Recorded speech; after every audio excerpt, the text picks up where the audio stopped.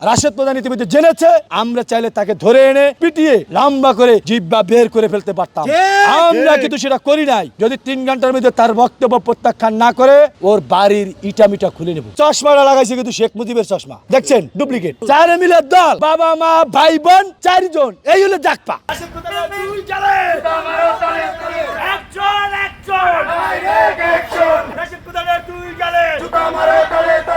রাশেদ প্রধান যিনি দীর্ঘ 17টি বছর এই বাংলাদেশের কোথাও কোনো গণতান্ত্রিক আন্দোলনে তিনি যুক্ত ছিলেন না, তিনি একজন গুপ্তচর, তিনি একটি দালাল।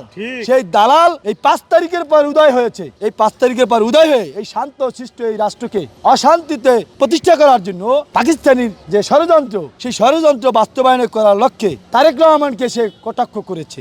এটা তীব্র নিন্দা এবং প্রতিবাদ জানাচ্ছি এবং আমরা তাকে আলটিমেটাম দিয়েছি, আগামী 3 ঘন্টার মধ্যে জনগণের কাছে প্রকাশ্য ক্ষমা চাবে, প্রধানমন্ত্রীর কাছে প্রকাশ্য ক্ষমা চাবে।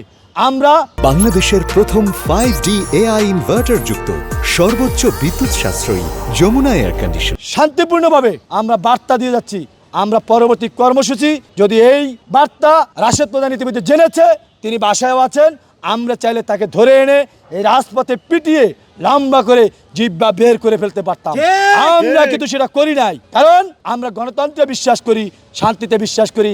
আমার দল এটা আমাদেরকে শিখিয়েছে, আমরা সেই দলের একজন কর্মী হিসেবে আমি আবারও বলতে চাই, যদি 3 ঘন্টার মধ্যে তার বক্তব্য প্রত্যাখ্যান না করে বৃহত্তর কর্মসূচি হবে, ওর বাড়ির ইটামিটা খুলে নেব। এই বাটপার, এই ছিটার, এই দালালকে কোনোদিন রাজপথে দেখেছেন? জাকপা নামে একটি দল বাংলাদেশে যে আছে, এটা কি জনগণ জানে? বাবা মা ভাই বোন 4 জন, এই হলো জাকপা, 4 মিলে দল। এই দলের নেতা একটা বৃহত্তর রাজনৈতিক দল, যেই দল বারবার ক্ষমতায় এসেছে, যেই দল জনগণ যখন বিপদের সম্মুখীন হয়েছে সেই জনগণের পাশে দাঁড়িয়েছে, সেই নির্বাচিত প্রধানমন্ত্রীকে কটাক্ষ করেছে। ওর কত বড় দুঃসাহস! এই দুঃসাহস এই 20 দাঁত ভেঙে দেওয়ার জন্য আলটিমেটাম দিয়ে গেলাম। আগুনও আমার কলিজায় জড়িয়েছে, আমি 2টি রাত ঘুমাতে পারি নাই। আমি একটি রাজনৈতিক দল, একটি সংগঠন বহন করি, তারপরও আমি শান্তিপূর্ণ অবস্থান কর্মসূচি করেছি।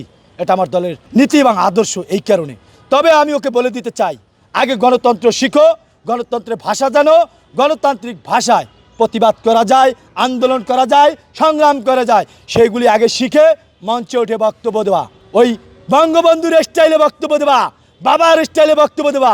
চশমাটা লাগাইছে কিন্তু শেখ মুজিবের চশমা, দেখছেন ডুপ্লিকেট, অথচ ধারণ করে পাকিস্তানের হানাদার বাহিনীর আদর্শ ধারণ করে। আপনারা ইতিমধ্যে জেনেছেন তার দাদা কিন্তু একজন রাজাকার ছিলেন, 72-এ কিন্তু তিনি জেল খেটেছেন। আমার প্রিয় সহযোদ্ধা বলতে পারবেন পুরোপুরি, কারণ তিনি এই বিষয়ে যেহেতু রাষ্ট্রবিজ্ঞান নিয়ে চর্চা করেন, রাজপথে তিনি হাজার হাজার কর্মী সৃষ্টি করেছেন, ছাত্রনেতা তৈরি করেছেন, যার সহকর্মী এখন অনেকে মান সংসদেও গিয়েছে।